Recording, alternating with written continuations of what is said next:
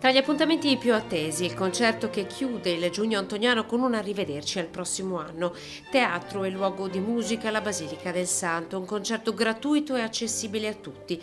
I solisti veneti diretti dal maestro Giuliano Carella hanno eseguito un tributo a Giuseppe Tartini con il concerto in sol minore di 86 eseguito dal virtuoso Lucio Degani, violino principale dell'orchestra. Del veneziano Baldassarre Gualuppi è stata eseguita invece la sonata a 4 in re maggiore per archi, mentre nel 350 anniversario dalla nascita è stato omaggiato Tommaso Albinoni con il concerto per archi opera quinta numero 11.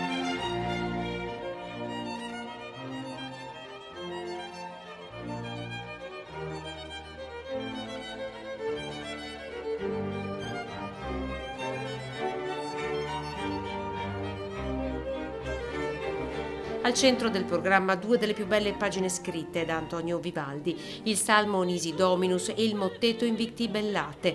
In entrambe protagonista la voce del mezzosoprano Marta Pluda, giovane promessa della lirica. Oltre 90.000 spettatori online seguirono l'evento lo scorso anno in pieno Covid. Quest'anno la Basilica ha ospitato finalmente un pubblico in presenza.